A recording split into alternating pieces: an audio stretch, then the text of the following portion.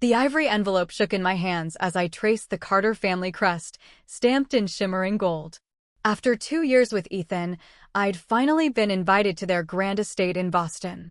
Not just a visit, but the official announcement of our engagement. My name's Emily, and 4 years ago, I was a farm girl from Nebraska, stitching dreams on an old sewing machine. Now, I own a small fashion boutique in New York City. You'd never know it, though, when Margaret Carter wrinkles her nose at the mention of my shop. "Don't let her bother you," Ethan said, his arm circling my waist as I stood by our apartment window, staring at the city lights. "Mom's just traditional." Traditional, I thought, forcing a smile that felt empty. "Is that what we call it?" Last month, at a charity gala, I overheard her sharp voice. "Emily wouldn't know Chanel from a clearance rack," she'd said, her words slicing through the chatter. Ethan's jaw tightened when I told him. He ran a hand through his dark hair, a habit I'd come to adore. "She'll see how incredible you are," he promised, squeezing my hand. The invitation called for evening wear. I chose my latest design, a deep emerald gown with hand-sewn silver threads that caught the light like stars. As Ethan drove his sleek SUV toward the Carter estate, I smoothed the fabric, nerves buzzing. "You look stunning," he said, his voice warm. I barely heard him. My eyes locked on the mansion ahead, its tall columns and pristine gardens looming like a judgment. A butler, yes, a real butler, opened the carved oak door. "Master Ethan," he said with a nod. "Miss Emily." Inside, voices drifted from the parlor. Margaret's crisp tone cut through. "Such a pity. Did you see her dress at the Langley ball?" "Off the rack, no doubt." My hand froze on the door frame. Ethan, already ahead, didn't hear. Now Margaret, an older woman's voice replied, gentle but firm. "The girl's got spirit." "Spirit?" Margaret scoffed. "She's a farmer's daughter, Clara. What could she possibly offer?" I pushed the door open, flashing my brightest smile. "Good evening, everyone." The room went quiet. Margaret's head snapped toward me, her wine glass pausing midair. Clara, the older woman, gave a kind nod. "Emily, dear," Margaret recovered, her smile tight as she air-kissed my cheek. "That dress. From one of those charming little shops in Brooklyn, I presume." "Actually," I said, meeting her gaze, "I designed it myself." Her eyes flickered. "How quaint." Before she could say more, the butler announced dinner. As we moved to the dining room, I caught Margaret muttering to Clara, "Don't worry. I'll ensure she doesn't embarrass us at the wedding." My stomach twisted, but I lifted my chin.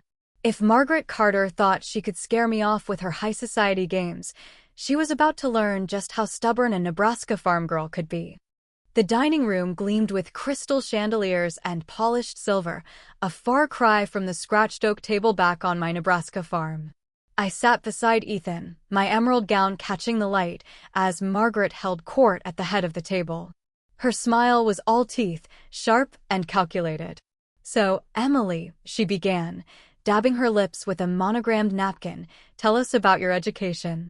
Her tone dripped with honeyed venom. I studied fashion design at I started, but Margaret cut in, her voice like a blade. "Oh, was it that community college in Omaha? How charming." The room stilled. Ethan's hand tensed on his glass. I met Margaret's gaze, steady and unflinching. "Actually, I started there, yes. Then I earned a scholarship to the Fashion Institute in New York." Clara, the older woman from earlier, leaned forward, her eyes bright. "The Fashion Institute? That's impressive." Margaret's smile didn't waver, but her eyes narrowed. "She didn't finish, though, did she?" "Mom," Ethan warned, his voice low. I touched his arm, signaling I could handle it. "No, I didn't," I said, my voice clear. "I left in my final year to launch my boutique." Sometimes, you seize the moment instead of waiting for a diploma. Sophie, Ethan's younger sister, grinned across the table. "And now you've got your own shop in New York." "That's amazing." Margaret signaled for more wine, redirecting the conversation. "Ethan, darling, how's the company merger?"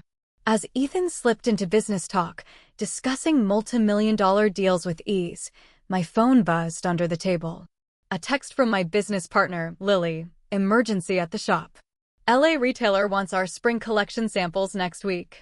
Call me. My heart raced. Next week? Impossible. Except I was Emily from Nebraska, who once sewed homecoming dresses for half my town in 10 days. Ignoring Margaret's pointed glance about table manners, I excused myself and slipped into the hallway, finding a quiet corner near a towering portrait of some Carter ancestor. How bad is it? I whispered when Lily picked up. Bad and good, she said. That boutique in Los Angeles? They ignored us last season, but now they want to stock our entire collection. They need samples by next Tuesday. I laughed softly, then clamped my mouth shut as footsteps approached. Handling your little shop? Margaret's voice sliced through the air. She stood with Clara, both holding fresh drinks. I pocketed my phone. It's not little. It's my business. Margaret stepped closer, her perfume overwhelming. Emily, dear, being a Carter means responsibilities, charity boards, social events. You can't keep playing dressmaker. I'm not playing, I said, my voice low but firm. I'm building something. Clara cleared her throat. Margaret, ease up. She's got grit. Margaret's smile was ice cold. Grit won't help her fit into this family. Times may change, Emily, but the Carter name doesn't bend. I straightened, meeting her stare. Families evolve. Don't they? She didn't answer, just turned to Clara. Excuse us, Clara. I need to discuss wedding plans with my future daughter-in-law. Clara hesitated, then patted my shoulder. Stay strong, sweetheart. Alone with Margaret, her facade hardened. The Carter bride wears our family gown, worn by every Carter woman for 3 generations. It's non-negotiable. Her voice could chill the room. You'll wear it, join the right committees, and close your little store. That's the cost of being a Carter. Before I could respond, Ethan's voice called from the dining room. Emily? Everything okay? Margaret's smile snapped back into place. Perfect, she chimed. But as we returned, I overheard her whisper to a guest, it's all arranged. The wedding will be unforgettable. My fists clenched. She had no idea who she was underestimating. The next morning, Sophie burst into my boutique in New York, clutching 2 steaming coffees and sporting oversized sunglasses despite the gray sky. I need a break, she said, flopping onto the velvet couch in my design room. Mom's gone full wedding planner mode. I swear she made the caterer cry. I threaded a needle, working on a sample for the Los Angeles order. Just the caterer? Margaret's slipping. Sophie laughed, then her face turned serious. She slid off her sunglasses, revealing tired eyes. Heard about the family gown? It's not just tradition. It's a trap. I set my work aside. A trap. Sophie leaned closer, her voice low. Mom's done this before. My cousin, Laura, married into the family 6 years ago. Mom insisted she wear the Carter gown, then had it altered to look hideous puffy sleeves, a neckline like a turtleneck from the 1800s. Laura looked like a parade float. The photos went viral for all the wrong reasons. My stomach churned. What happened to Laura? Sophie's voice cracked. She left within a year. Couldn't handle Mom's constant jabs, the whispers at every gala. I stood, pacing the room. So Margaret's planning to humiliate me at my own wedding? Sophie nodded. But there's more. I found something in the estate's library last night while Mom was at a charity meeting. She pulled a leather-bound journal from her bag, its pages yellowed with age.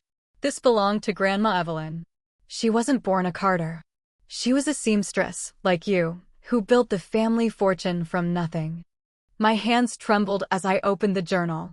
Evelyn's elegant handwriting filled the pages, telling a story Margaret had buried. Listen, I read aloud, my voice soft. Today, I sold my first dress, not to a Boston socialite, but to a schoolteacher who saved for months to shine at her sister's wedding. Her joy was worth more than all the velvet in Manhattan. Sophie's eyes lit up. Keep going. I turned the page. They call my work common, say I'm tarnishing the Carter name by dressing working women. But every woman deserves to feel beautiful, whether she's at a ball or tending a farm at dawn.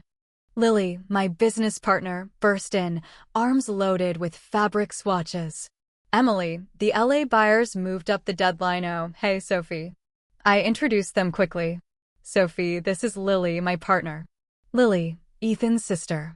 Sophie stood, running her fingers over the fabrics. These are gorgeous. Your new collection. I hesitated, then led them to a locked room at the back of the shop. Inside, a half-finished wedding dress glowed on a mannequin, its silk layers and hand-beaded lace flowing like a dream. Oh my gosh, Sophie breathed. You're making this yourself? Mom's gonna lose it, Lily said, grinning. She can't know, Sophie warned. Not yet. I adjusted a bead, my mind racing.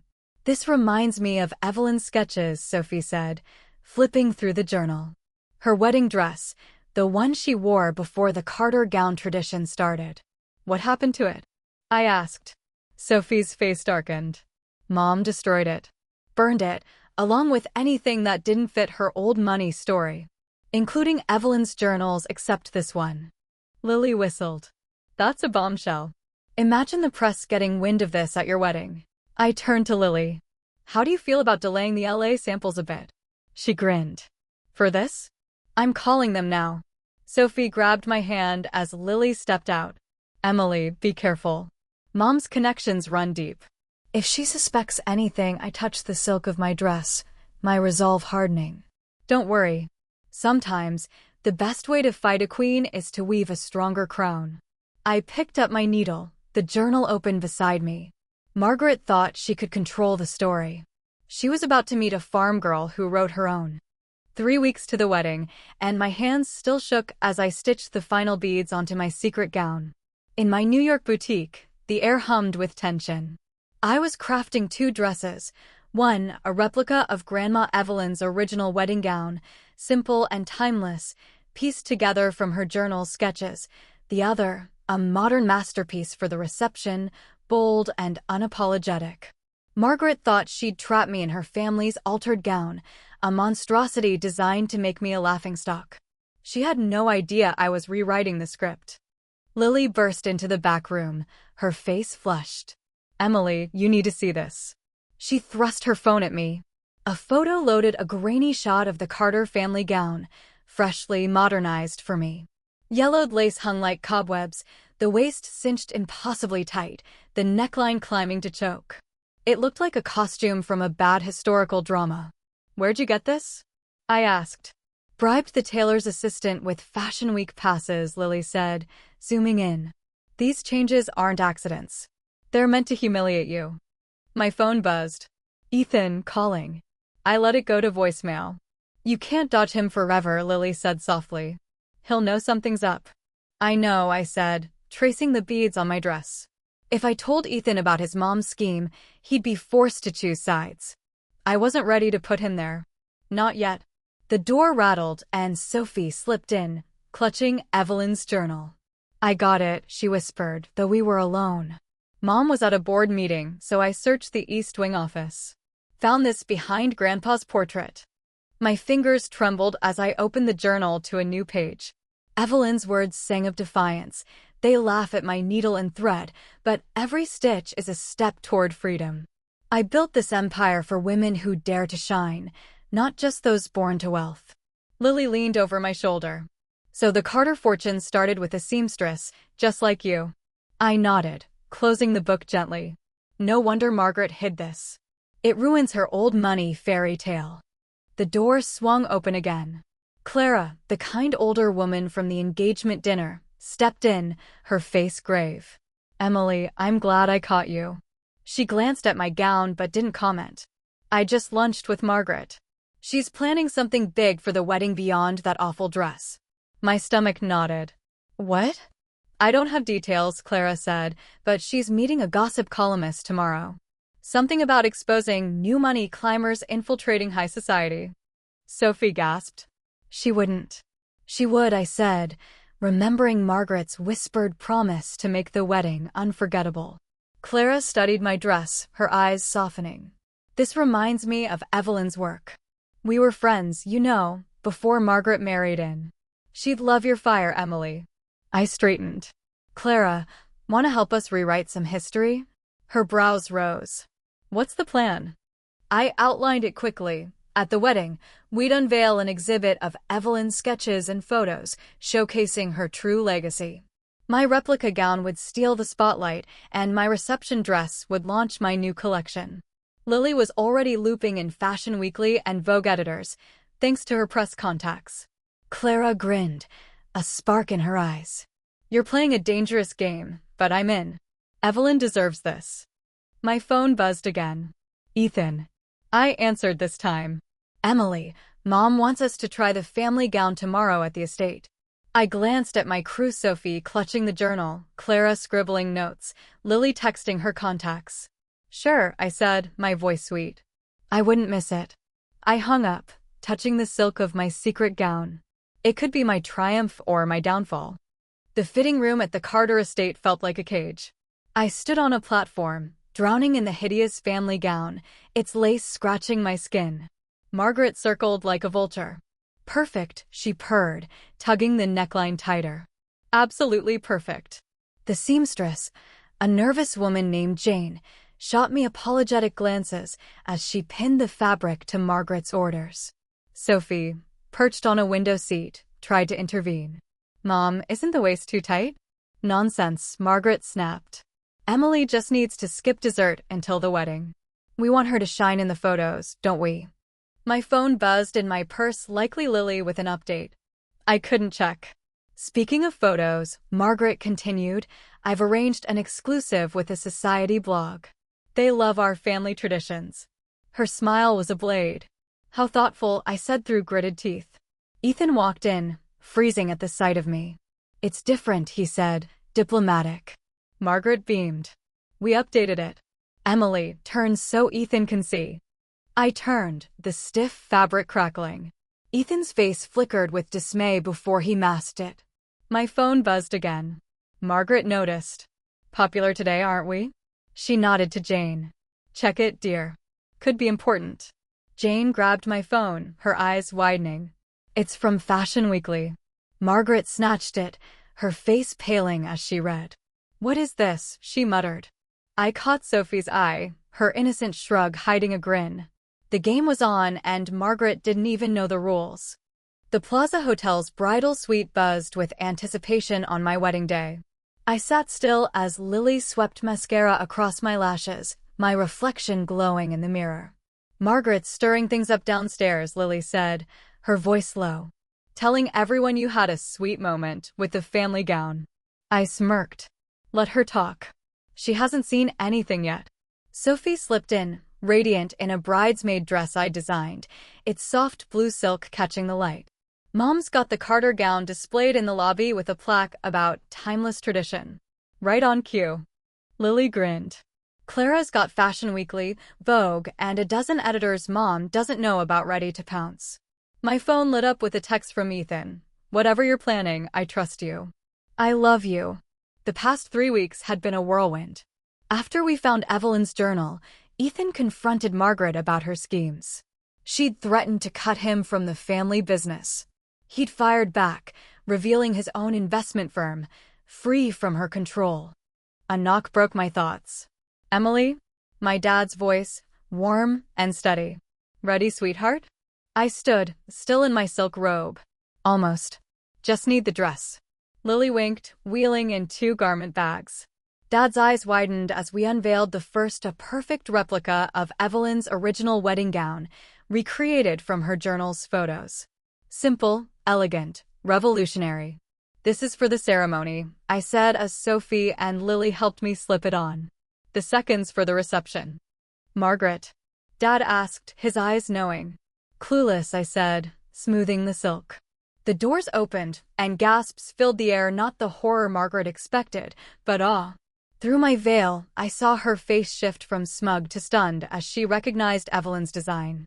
Ethan's eyes shimmered as I reached him. Her dress, he whispered. The original Carter tradition, I whispered back. The ceremony passed in a blur of vows and happy tears, though Margaret's barely concealed fury simmered. The real show waited at the reception. Margaret had set up her display, the altered family gown like a relic, its plaque erasing Evelyn's truth. Clara's voice rang out as guests gathered. Ladies and gentlemen, we have a surprise. Panels slid back, revealing an exhibit of Evelyn's sketches, photos of her at work, and headlines from her era. In the center stood my reception dress, a modern tribute to Evelyn's vision, bold and breathtaking. The crowd murmured, then erupted in applause. Fashion editors surged forward, cameras flashing. "What is this?" Margaret's voice cracked, drowned by the excitement. Clara stepped up. "The true Carter legacy: innovation, grit, and elegance for all, not just the elite. Emily honors it with her own design." I emerged in my second gown, its sleek lines and sparkling beads turning heads. "You can't," Margaret hissed. Sophie cut her off. "Actually, Mom, we can." Clara held up Evelyn's journal. "This tells how Evelyn built the Carter fortune, stitch by stitch, just like Emily." Ethan joined me, his voice firm. "The board voted this morning. Emily's designs will launch a new Carter fashion house, true to Evelyn's vision." Margaret's face paled, her allies silent. The photographers she'd invited snapped my gown instead. Her society friends buzzed about the exhibit. "Well played," Margaret said, her voice tight. "You've turned my son against me, exposed our history." "No," I said softly. "I just refuse to let you bury Evelyn's truth." I paused, then offered, "Join us. Your connections, my designs, let's build something new." Her eyes flickered, caught off guard. "I'll think about it," she said, turning away. As Ethan led me to the dance floor, I caught Dad wiping tears, Lily directing photographers, Sophie beaming by the exhibit. Margaret stood alone, watching. Sometimes, victory isn't destruction. It's shining so bright, even your enemies see the light. A crisp autumn breeze carried the scent of fresh paint through the open windows of Carter Fashion House's new flagship store in New York. I adjusted the centerpiece dress in the display, a sleek, beaded gown blending farm-inspired simplicity with high-fashion flair. A touch to the left, Margaret called from the sidewalk, her voice softer now. "Let the morning sun hit those beads just right." I smiled, remembering how she once sneered at my little shop. Now, she was here at dawn, perfecting every detail for our grand opening. Lily rushed in, juggling coffee cups. "The press is lined up, Emily. And guess who's out there? That society blogger Margaret hired for the wedding. Dying for an exclusive." "Let her wait," Margaret said, surprising us both. "Quality first." That's what Evelyn would have done. Sophie strode in, clutching Evelyn's journal. Found more sketches in her old trunks. These designs were decades ahead of their time. I glanced at my watch. "Where's Ethan?" "He's cutting the ribbon." "Right here," Ethan called, stepping through the door with a framed photo. Clara dug this up from her archives. Thought it belonged here. The image showed Evelyn in her studio, surrounded by fabric, her face alight with purpose. Below, a quote from her journal: "Fashion isn't about who you're born as, but who you choose to be." "Perfect," I said, pointing to the wall behind the counter. "Right where everyone will see it." "Emily," Dad's voice rang out as he entered, looking sharp in a suit I'd designed. "Delivery's here." We hurried outside, where a truck unloaded racks of my latest collection: office blouses in silky denim, evening gowns with hand-sewn beads, each piece merging Nebraska roots with Manhattan polish. Sophie touched a sleeve, whispering, "It's really happening." Margaret stepped forward, adjusting the display with expert care. "The craftsmanship is flawless." She met my eyes. "Evelyn would be so proud." "Thanks," I said, feeling the weight of her words. The morning blurred with final touches. As opening hour neared, I slipped into the back office for a quiet moment. On my desk sat a small box with a note: "To Carter's next generation of designers." Inside was a silver thimble, worn but gleaming, with a card: "Evelyn's first tool, found in her effects. It's yours now." My throat tightened. "Everything okay?" Ethan asked from the doorway. I handed him the thimble, watching his eyes soften. "You're full of surprises," he said, pulling me close. "Speaking of, how's our little secret?" I touched my slightly rounded belly, hidden beneath my tailored dress. "Growing strong, like everything else here." "Emily," Clara called. "It's time." Outside, the sidewalk teemed with reporters, editors, and eager customers. Margaret stood by the ceremonial scissors, looking almost regal, but warmer now. Before the ribbon cutting, she addressed the crowd. For years, I thought I was protecting the Carter legacy.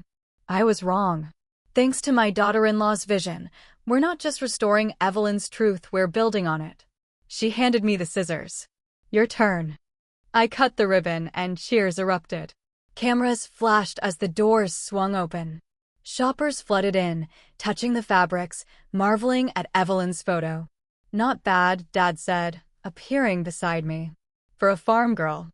I laughed, feeling the thimble in my pocket. You know, Dad, I'm more than that now. A designer, a businesswoman, a wife. I patted my belly. Soon, a mom. But most of all, I'm me. Margaret guided editors through the collection, her poise unshaken. Sophie explained Evelyn's influence to reporters. Lily checked sales on her tablet, her grin widening. Sunlight streamed through the windows, catching the dress's beads just as Margaret planned.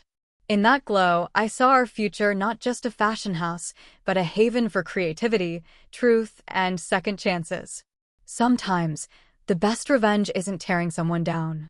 It's building something so radiant, even those who doubted you rise in its light.